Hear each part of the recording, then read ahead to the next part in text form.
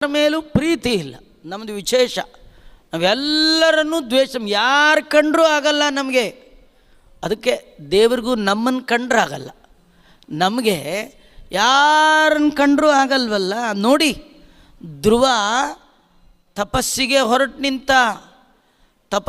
ಹೊರಟು ನಿಂತಾಗ ಧ್ರುವನಿಗೆ ಕೈ ಹಿಡಿದ ಅಮ್ಮ ಹೇಳಿದ್ಲು, ಧ್ರುವ ತಪಸ್ಸಿಗೆ ಹೋಗ್ತಾ ಇದೆಯಾ, ದೇವ್ರು ನೋಡ್ಲಿಕ್ಕೆ ಹೋಗ್ತಾ ಇದೆಯಾ, ದೇವರು ನಿನಗೆ ಕಾಣಬೇಕಾ, ಹಾಗಾದರೆ ನಿಮ್ಮ ಚಿಕ್ಕಮ್ಮನ ದ್ವೇಷ ಮಾಡಬೇಡ.